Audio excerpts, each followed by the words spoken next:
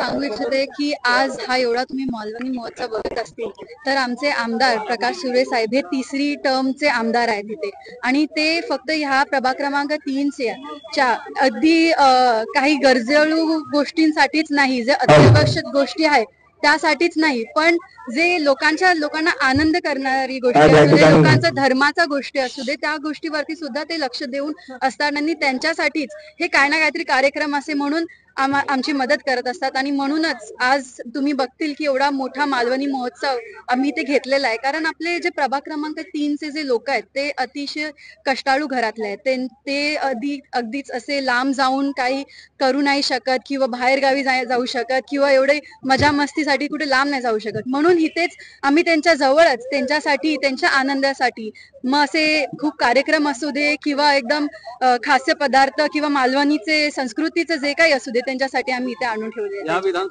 तर तुम्हाला मी जसं दादांनी सांगितलंय तसं मी तुम्हाला ते सांगेल की हे सगळे जे गोष्टी आहेत ते वरच्या लेवलच्या आहेत आणि जे आमचे मुख्यमंत्री माननीय एकनाथ शिंदे साहेब असतील किंवा आमचे मागाठाण्याचे आमदार, ज्यांना गोरगरिबांचे आमदार सांगते ते असतील, ते जे निर्णय घेतील त्याच्यासाठी आम्ही जे पण असतो ते त्यांच्या पाठीशी असू आणि तेव्हा मग काय काम असेल मग तेव्हा नक्कीच पक्षामध्ये जे अनेक वर्षापासून काम करतात, पण यावेळी जर तरुण चेहरा दाखवायचा प्रयत्न केला तर जर तुम्हाला उमेदवारी दिली याबद्दल तर तुमचं मत काय असेल? मी परत तुम्हाला सांगेन की एक तरुण आहे म्हणून आणि ह्या सगळ्या गोष्टींमध्ये तरुण पिढीला एक असं चान्स भेटणं हे सगळीकडे होत नसतं. ह्याच्यासाठी पण खूप तुम्हाला खरंच काय ना काहीतरी चांगलं असेल, आपले मुख्यमंत्री असतील, उपमुख्यमंत्री असतील, उपविभाग प्रमुख असतील, हे त्यांच्या निर्णयावरती आहे आणि जर ते असं करणार असतील तर नक्कीच आपल्या युथला सुद्धा मी सांगेल की ते पुढे येऊन सगळ्यामध्ये आमचं सहभागी राहावं.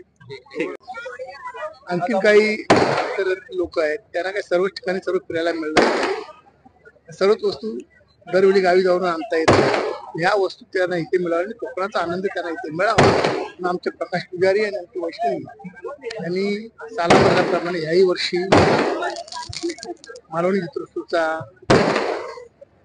इथे आयोजन केलेलं आहे आणि इथे कमीत कमी दरवर्षी नाही वाटत ते 10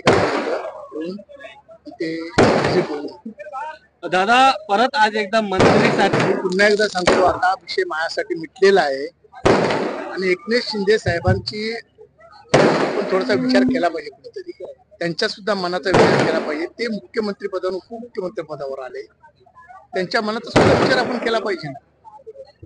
तर हा विषय आता माझ्यासाठी संपलेला. एकनाथ शिंदे विश्वासू सहकारी याच्यापेक्षा मला कुठलंही मोठं पद वाटत नाही आणि ते पद आता माझ्याकडे आहे. आता पालकमंत्रीसाठी रस्सीखेच सुरू आहे दादा, काय सांगितलं? वरिष्ठ नेते आमच्या इथे बसून निर्णय घेतील, जे काम करतील त्यांना निश्चित न्याय देतील. दादा हिंदी